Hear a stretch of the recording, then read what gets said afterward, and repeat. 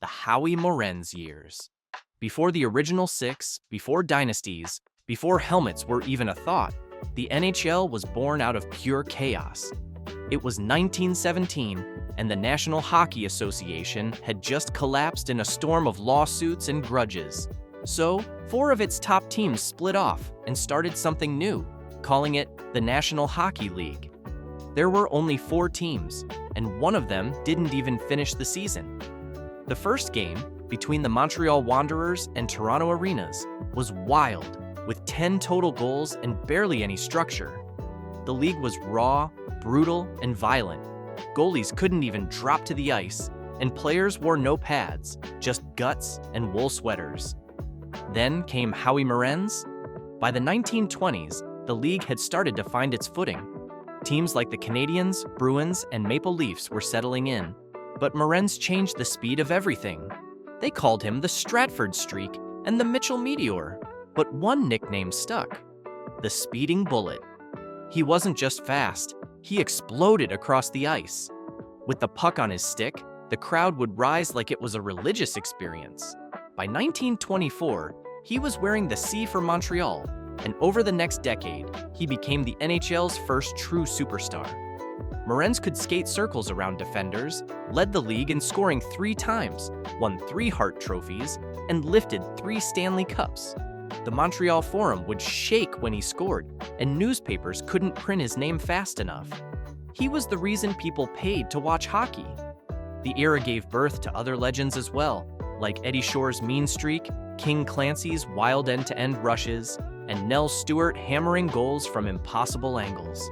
Goalies like Tiny Thompson and Roy Waters held it down in nets that barely had a crease. Boards were low, rinks were tiny, and games ended in fistfights as often as they did goals. The league was still figuring things out, adding blue lines, introducing forward passing, and bringing in penalties for things like actually swinging your stick at someone's head. But no matter what changed, Morenz stayed at the center of it all. Every kid wanted to skate like Howie, and every opponent tried to stop him, with most failing. Until 1937. He'd been traded to the Chicago Blackhawks, and it was strange seeing him in anything but a Canadian sweater. But when he returned to Montreal, it felt like home. Then, disaster struck. In a game at the Forum, Morenz chased a loose puck into the corner, got tangled up, fell awkwardly, and shattered his leg so severely that the arena went silent. He never recovered. Just weeks later, he died in a Montreal hospital from complications at 32 years old. His funeral filled the Forum, with tens of thousands passing by his casket and players weeping. The league mourned, and for the first time, the NHL realized what it had lost. Not just a player, not just a star, but its first icon. The league had evolved from wartime leftovers into a sport that people genuinely cared about. The Rocket and the Punchline. Right after Morenz, the league slowed down. Scoring dipped, crowds got smaller, and the Great Depression didn't help. When World War II broke out, dozens of players left to fight. Rosters thinned, and some teams folded, but the NHL held on, barely. And then, everything changed. Out of Montreal came a fire they'd never seen before. Maurice Richard, a right winger with shoulders like stone and eyes like fire, they called him the Rocket. He wasn't just fast, he was furious. His shots cracked off the boards like rifle rounds, and his temper was unmatched. He'd beat you with a wrist shot or with his fists.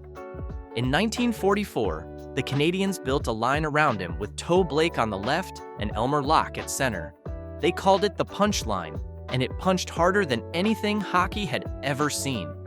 That same year, Richard scored 5 goals and 3 assists in one game, an 8-point record. But he wasn't done. In 1945, he did the impossible: 50 goals in 50 games. The Forum went berserk, and every city took notice. Canada had its hero, and the NHL had its first true legend. The Canadiens rode that wave to 5 Stanley Cups in this stretch. Toe Blake captained them to 2 straight titles. Doug Harvey arrived, rewriting defense, and goalie Bill Durnan, who wore no mask, still won 6 Vezinas in 7 years. Meanwhile, The rest of the league tried to keep up. Detroit had Sid Abel, Ted Lindsay, and a kid named Gordie Howe. Boston leaned on Milt Schmidt, and Toronto started cooking something big. But no one burned brighter than Richard. The league finally hit stability with just 6 teams left: Montreal, Toronto, Boston, Chicago, New York, and Detroit, the original 6. And every Saturday night, Canada tuned in as families huddled around radios. Richard kept climbing, scoring 400 and then 500 goals. Every goal felt like a national event, but the fire had a price. In 1955, Richard snapped after taking a brutal high stick and beat an opponent bloody. The league suspended him for the rest of the season, and Montreal rioted. Stores burned, and police clashed with fans in the streets. It was chaos over a hockey player. That's how much he meant. The Rocket returned the following season, but this era had reached its peak. The Canadiens had set the blueprint. The Gordie Toe Blake. By 1956, the NHL was a 6-team brawl, and at the center of it all were 2 titans. In Montreal, Toe Blake was behind the bench. In Detroit, Gordie Howe was on the ice. Toe had already won cups as a player, but now, behind the bench, he built a dynasty with Jean Beliveau gliding like royalty, Doug Harvey controlling every inch of the blue line, and Jacques Plante, maskless, stopping everything.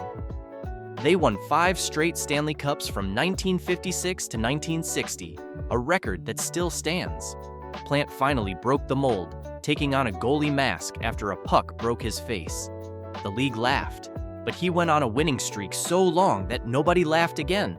Montreal was a machine, but Detroit had Mr. Hockey. Gordie Howe didn't just play, he dominated. He scored like a sniper, hit like a truck, and dropped the gloves if you asked nicely. He let in goals, assists, and penalty minutes.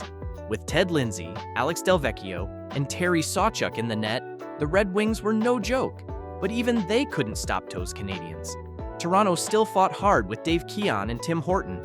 Chicago had Bobby Hull, the Golden Jet, blowing slap shots through goalies. And New York had Andy Bathgate carrying the weight of the world. But every spring, the Forum filled with banners. Montreal wasn't just winning, they were owning the sport. Meanwhile, the style of play was violent and relentless. Players sharpened their sticks and their elbows. Benches cleared fast, and wrists got broken faster. Every game was a feud, and every rivalry was personal. The skill was off the charts, but toughness was the price of entry. This was the age of black eyes, toothless grins, and stitches without anesthesia. Yet, fans packed every rink because it felt real, because it was real. And through all of it, Gordie never stopped, winning 4-time MVP awards and scoring 20-plus goals 22 times. He aged like granite. And Toe didn't just win, he kept winning until 1966, when he stepped down with 8 Stanley Cups to his name as a coach, a number untouched. This was the end of innocence and the beginning of obsession. Kids everywhere dreamed of the red sweater with the C, or skating down the wing like Gordie with their elbows high. The Orr and Esposito Revolution. In 1967, everything changed. For 25 years, the NHL was just 6 teams, but then, boom, they doubled the league. 6 new squads joined overnight: St. Louis, Pittsburgh, Philadelphia, Los Angeles, Oakland, and Minnesota. Most were raw, and some were awful, but it didn't matter. The NHL had gone nationwide, and right as the league was expanding, a 19-year-old defenseman was doing the same to the rulebook. Bobby Orr. He didn't just play defense, he controlled the ice. He skated like he had jet fuel in his skates, passed like a center, scored like a winger, and hit like a linebacker. In 1970, he scored a Stanley Cup-winning overtime goal while airborne, and that photo became immortal. By then, Orr was already way ahead of the game. He won the Norris Trophy 8 years in a row and led the league in assists from the blue line. In 1970, he won both the scoring title and the Hart Trophy. No one had ever seen a defenseman like this. He changed how hockey was played. Right beside him was Phil Esposito. Traded from Chicago, he immediately turned into the most dangerous scorer on earth. He'd park in front of the net, absorb cross-checks, and tap in rebounds like clockwork. In 1971, he scored 76 goals, a number no one even thought was possible back then. The combination of Orr to Esposito became an automatic cheat code, and the Bruins became must-watch hockey. They weren't just fast, they were fun. Derek Sanderson had the swagger, Johnny Busick brought the grit, and Jerry Cheevers wore stitches on his goalie mask, one for every puck to the face. Boston became the team, winning the Cup in 1970 and again in '72. Meanwhile, the rest of the league tried to keep up. The Flyers built a bruising machine, the Rangers leaned on Rod Gilbert, and Chicago had Stan Mikita and Tony Esposito shutting down the net. Expansion gave guys like Gilbert Perreault and the Sabres a stage, and the Canucks joined too. New stars popped up everywhere, but it was still Bobby's league. In 1975, even after knee surgeries, he still won the Norris and still quarterbacked Boston's power play like a magician, leaving jaws on the floor every night. The speed went up, scoring exploded, and helmets started showing up. Hockey finally felt modern. From 6 to 18 teams, from stay-at-home defensemen to blue line scorers, from back-checking grindfests to coast-to-coast sprints, this was the Bobby Orr era. He didn't just skate through it, he lifted the league with him. And when the dust settled, the Bruins had banners, Esposito had records, and Orr had revolutionized the game. The Lafleur Canadiens. Right after the Orr years started to fade, Montreal stepped back into the spotlight and slammed the door shut. This wasn't just a good team, this was a machine. And at the center of it all was Guy Lafleur. With his long hair flowing, his skates slicing like poetry, and his stick cocked like a sniper rifle, he didn't just score. He glided into the zone and ripped pucks past goalies like it was scripted. He hit 50 goals 6 straight times, with back-to-back 60-goal seasons. Art Ross? Check. Hart Trophy? Check. Conn Smythe? Of course. The crowd at the Forum didn't cheer. They erupted. Every time Lafleur touched the puck, it felt inevitable. But this team wasn't just about one guy. They had Ken Dryden in the net, who was cool as ice with a glove like a vacuum. Larry Robinson anchored the blue line as a mountain who could skate. Serge Savard, Steve Shutt, and Jacques Lemaire were all stars, all locked in. And running the bench was Scotty Bowman, the coach of coaches. He turned the game into a chessboard, and every move resulted in a checkmate. From 76 to 79, Montreal won 4 straight cups, and it wasn't close. In 1976, they took down the Broad Street Bullies, ending Philly's reign with speed and precision. In 77, they went 68-12, losing just 8 games the whole season, and then tore through the playoffs with only 1 loss. 1. In 78, it was more of the same. They were too fast, too skilled, and too smart. Boston tried, and the Bruins pushed hard, but Lafleur kept firing and Montreal kept lifting cups. In 79, they capped it off with 1 more title, 1 last run, and another win over the Rangers. 4 years, 4 cups. And then, just like that, it was gone. Dryden retired and Bowman left. The system unraveled, but for those 4 years, no team ever played cleaner, faster, or better. It was hockey perfection. The puck moved as if it were remotely controlled, and players filled lanes before you even saw the play develop. Everything clicked. They weren't just the best team of their time, they were the last true dynasty. The Islander Machine. Right as Montreal's reign ended, another began in a place nobody saw coming, Long Island. There was no historic legacy, no glamour, just cold rinks, hard checks, and a front office that was built brick by brick. By 1980, the Islanders were ready. They had Mike Bossy, the smoothest sniper the game had ever seen, with a quick release, perfect aim, and 0 fear. Brian Trottier ran the offense like a general, tough, smart, and surgical. He scored, assisted, and hit, whatever the team needed. Dennis Potvin anchored the blue line, mean, nasty, and efficient. And Billy Smith was the goalie with a scowl and a stick always ready for a slash. He didn't just stop pucks, he sent a message. In 1980, they finally broke through, beating the Bruins, the Sabres, and then the Flyers in 6 on a goal by Bobby Nystrom in overtime. It was gritty, messy, and beautiful. And they weren't done. In 1981, they came back even better. Bossy scored 68 goals, and Trottier was everywhere.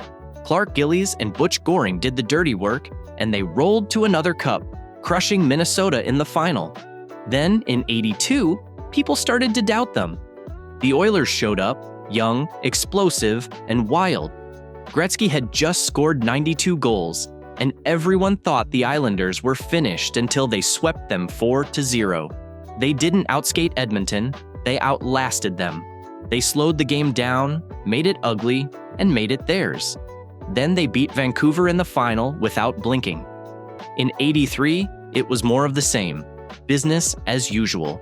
Bossy scored 60 goals, Smith was locked in, and they won 4 straight cups. No team had done it since the Montreal Canadiens. They weren't the flashiest or the loudest, but they played every shift as if it were a war. They blocked shots, hit hard, and scored when it mattered. Bossy averaged 50 goals for 9 straight seasons. Trottier was rock solid, and Smith was still angry and still unbeatable. And when the dynasty ended in 1984, it wasn't because they got worse. It was because the next storm had arrived. Gretzky and the Oilers finally broke through, but even they had to go through the Islanders to do it. After Edmonton won, they walked past New York's locker room and saw players bruised, taped up, and exhausted. That's when they realized winning once is hard. Winning 4 times takes everything. The Islanders didn't just win, they earned every inch. This wasn't a fluke. It was a machine built on trust, toughness, and timing. 4 straight cups and 19 straight playoff series wins. The Islander dynasty wasn't loud, it was lethal. Gretzky. By 1984, the Islanders had set the gold standard, but Edmonton was done waiting. They were young, fast, and fearless, led by the most unstoppable force the game had ever seen, Wayne Gretzky. He didn't skate, he floated, he didn't shoot hard, he just put the puck where the goalie wasn't, and he didn't break records, he demolished them. In 1984, the Oilers finally broke through and took out the Isles in 5. Gretzky led the league in scoring again. Paul Coffey flew up and down the ice like a winger. Jari Kurri was automatic on the wing. Mark Messier was pure power down the middle, and Grant Fuhr held it down in the net. They weren't just winning, they were exploding. By '85, Gretzky hit another level, dropping 208 points. Nobody had ever cracked 200 before, and they won again, another cup, this time over the Flyers. This wasn't just a dynasty, it was revolutionary hockey. The speed, creativity, and movement were unmatched. No team had ever played this fast or scored this much. In 1986, Calgary shocked them in the playoffs, with an own goal from Steve Smith ending their run. But it just made them angrier. In '87, they came roaring back, taking down the Flyers again in a 7-game war. Gretzky had 183 points, Kurri scored 54, and Messier steamrolled everybody. Then, in 1988, the dynasty reached its peak. They swept Boston in the final, and Gretzky lifted his 4th cup in 5 years. It was the end of an era because that summer, everything changed with the trade. Wayne Gretzky was traded to the Los Angeles Kings. It shook the sport to its core. Canada wept, and LA celebrated, and the NHL suddenly felt global, because this wasn't just about Edmonton anymore, it was about hockey everywhere. Gretzky brought the game to new markets, new fans, and new countries with TV deals, sponsorships, and expansion talk. The league started growing, but even in a Kings jersey, Gretzky didn't slow down. In '89, he led the league in points again, took the Kings to the playoffs, and knocked out the Oilers in his first season away from them. Meanwhile, Calgary took the cup that year, led by Lanny McDonald and Al MacInnis. They finally climbed the mountain, but let's not get it twisted. From '84 to '89, the NHL belonged to one man, Wayne Gretzky changed hockey's ceiling and what was possible, with over 200 points 4 times, scoring titles every year, and records that still look fake. The Oilers were brilliant, but Gretzky was the catalyst for the revolution. He brought grace, genius, and eyes to the game, and the 1980s were his years. Mario and the Penguins. The 90s started with one man ready to take the torch from Gretzky, Mario Lemieux. At 6'4", he skated like a ghost, with hands like silk and a shot like thunder. He was everything at once, and he made it look easy. In 1991, he took Pittsburgh to the promised land. The Penguins had never even sniffed a cup, but now they had 2, with back-to-back championships in 91 and 92. Lemieux won the Conn Smythe both times. Jaromir Jagr broke out as a mullet-wearing teen phenom, and Ron Francis brought quiet leadership. Mark Recchi, Kevin Stevens, and Larry Murphy, the pieces clicked, but Mario was the heartbeat. Then came the pain, back issues, spinal surgeries, and endless rehab. He missed chunks of seasons, sometimes months at a time, and then, in 1993, the unthinkable happened. Hodgkin's lymphoma, cancer. The hockey world froze, and Mario fought. He underwent radiation and still returned that season, playing, scoring, and leading the league in points. Unreal. He didn't win the cup again during that stretch, but he stayed on top. He won scoring titles with a broken body and played like a god, even on borrowed time. Then, in 97, he stepped away, not because he couldn't play, but because his body couldn't take it anymore. And by the time he left, he was already a legend. Dead puck and Brodeur wall. Then, the league slowed down. Gone was the firewagon hockey of the 80s and early 90s.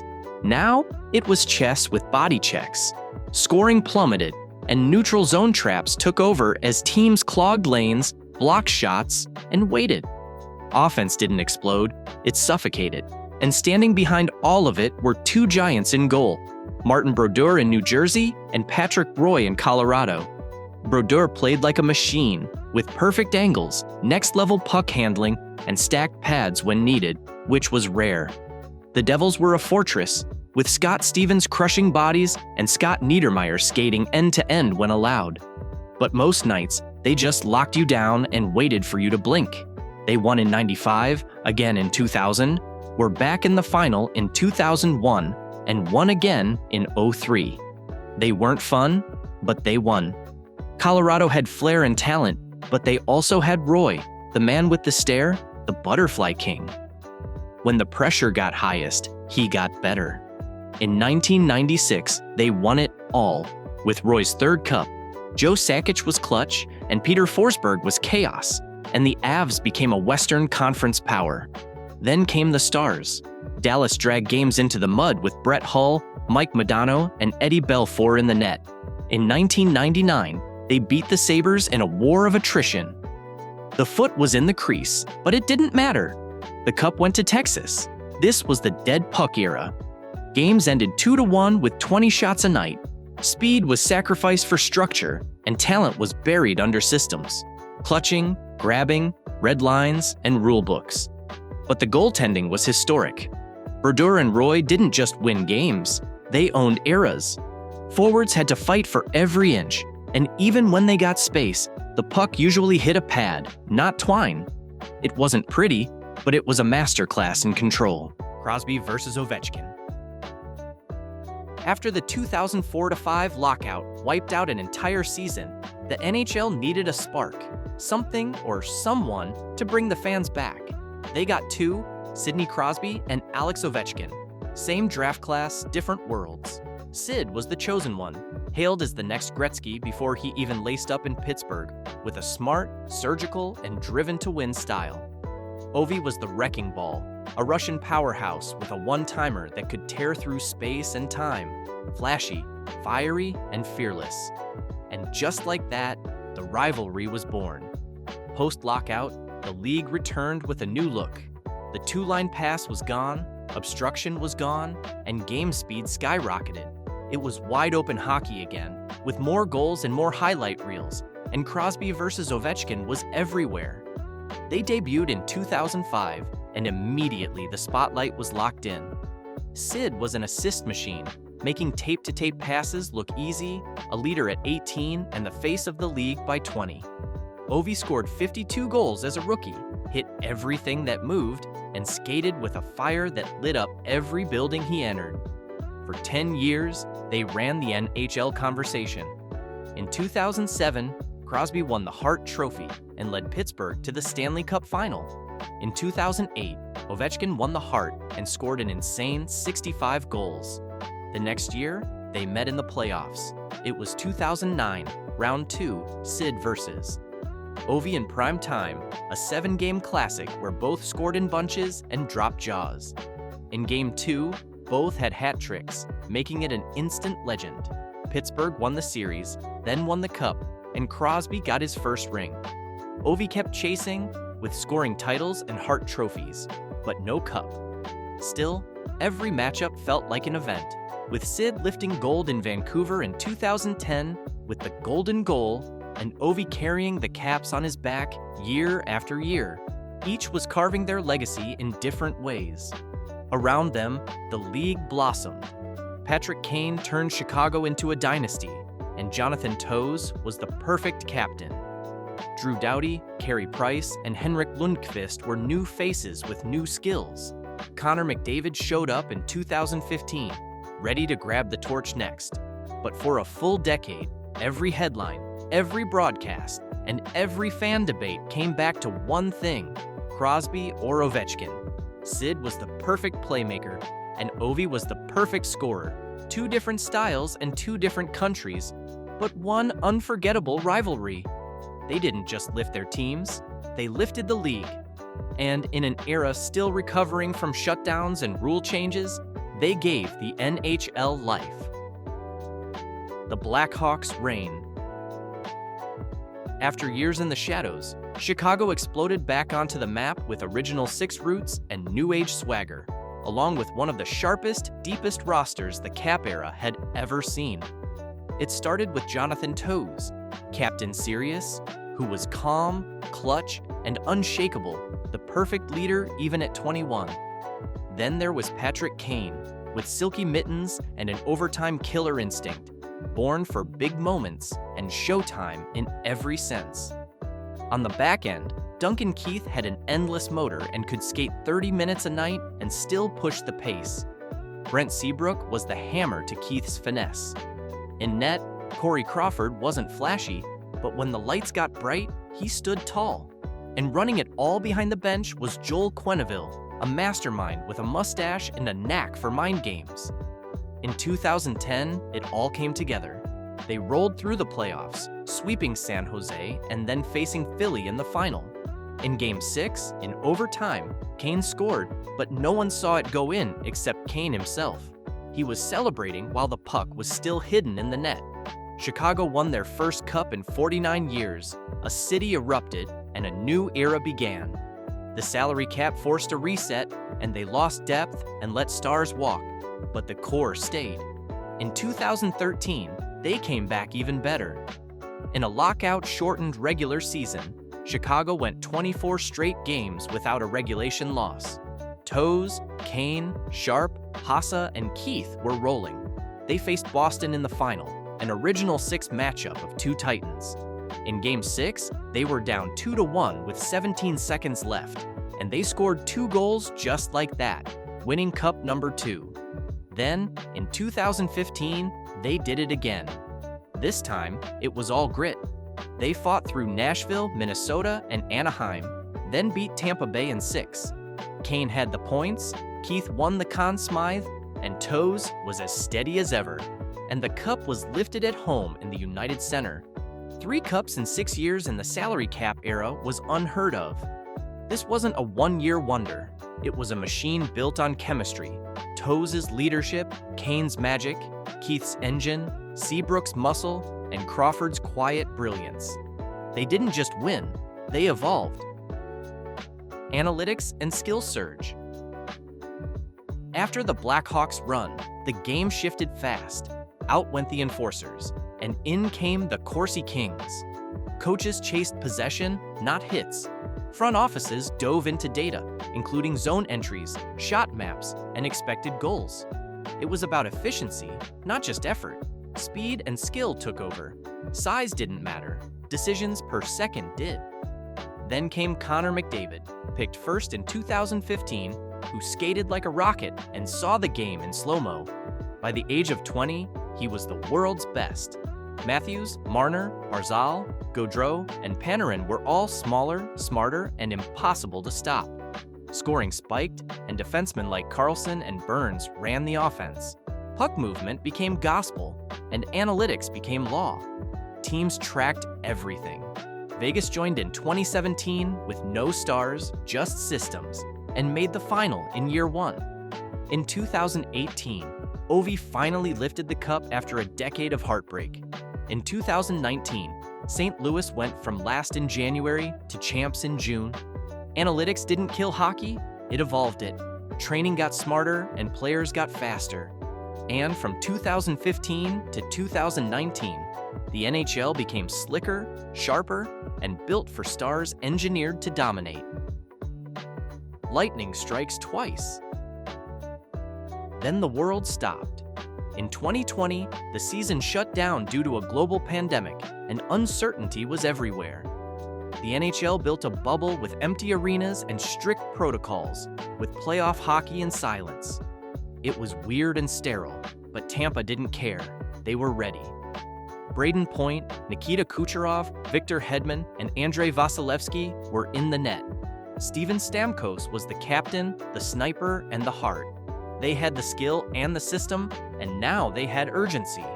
In 2020, they tore through the bubble, shutting down Columbus, outskating Boston, outlasting the Islanders, and then beating Dallas in 6 to win the cup. Kucherov didn't play in the entire regular season, but showed up in the playoffs and led everyone in points. Hedman won the Conn Smythe, and Point was unstoppable. Stamkos scored on his only shot of the final and then left injured but still lifted the cup. In 2021, they did it again, this time with fans and under the weight of expectations. Kucherov was back, as was the core and the fire. Tampa bulldozed through again, beating Florida, Carolina, the Islanders, and then Montreal.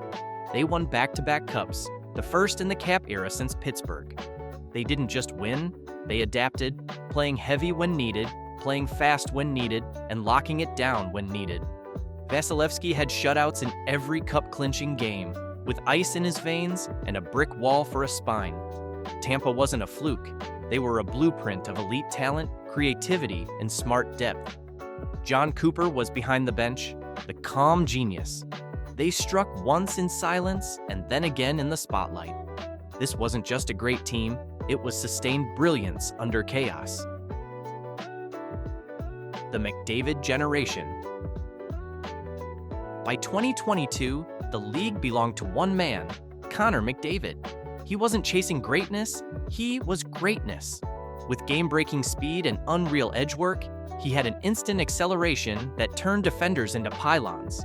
Every shift was a mixtape. That year, he hit 60 goals for the first time and 150 points, the first to do it since Mario, and he made it look routine. But he wasn't alone. This era is a youth explosion. Cale Makar redefined defensemen with blue liner speed and forward hands, winning the Norris, Conn Smythe, and the Cup, all by 24. Jack Hughes found his legs in Jersey with slick hands, electric zone entries, and swagger. The Devils turned fast and fun. Trevor Zegras brought the highlight culture to life with Michigan goals, flip passes, and TikTok clips. He didn't just score, he performed. Then came Connor Bedard, picked number 1 in 2023, who walked into Chicago and took over with a quick release and killer instinct. The most hyped rookie since McDavid, and somehow, he delivered. All around the league, the new wave surged. Tim Stützle in Ottawa, Lucas Raymond and Moritz Seider in Detroit, Matty Beniers in Seattle. Kirill Kaprizov is dazzling in Minnesota. The NHL wasn't just getting younger, it was getting faster and flashier. Speed ruled and skill ruled. Positionless hockey was in. Fourth liners could fly, Defensemen ran the offense, and goaltenders stretched wider and reacted quicker, and fans were finally being heard. The NHL leaned into social media with mic'd-up moments and behind-the-scenes content. All-Star Weekend became a show, not just a game. Reverse retro jerseys sold out in hours, and player personalities came forward. It wasn't just about goals, it was about vibes. Meanwhile, the Golden Knights grabbed their first cup in 2023, 6 years after joining the league. Then, in 2024, the Panthers finally broke through. Tkachuk went full villain mode, and Bobrovsky stood on his head. South Florida became the hockey champion. But through it all, McDavid kept pushing the edge, with Drysdale, Hyman, and Draisaitl beside him. Edmonton is chasing that final step. Every spring, the world asks, is this the year? As of 2025, the answer still hangs in the air. But the direction is crystal clear. The NHL is faster, louder, and more creative than ever. And the future isn't coming. It's already here. Let's rewind for a second. From the original 6 to today's speed and skill era led by McDavid, which era stands out the most to you? Let us know in the comments section. Don't forget to like and subscribe so you don't miss what's next.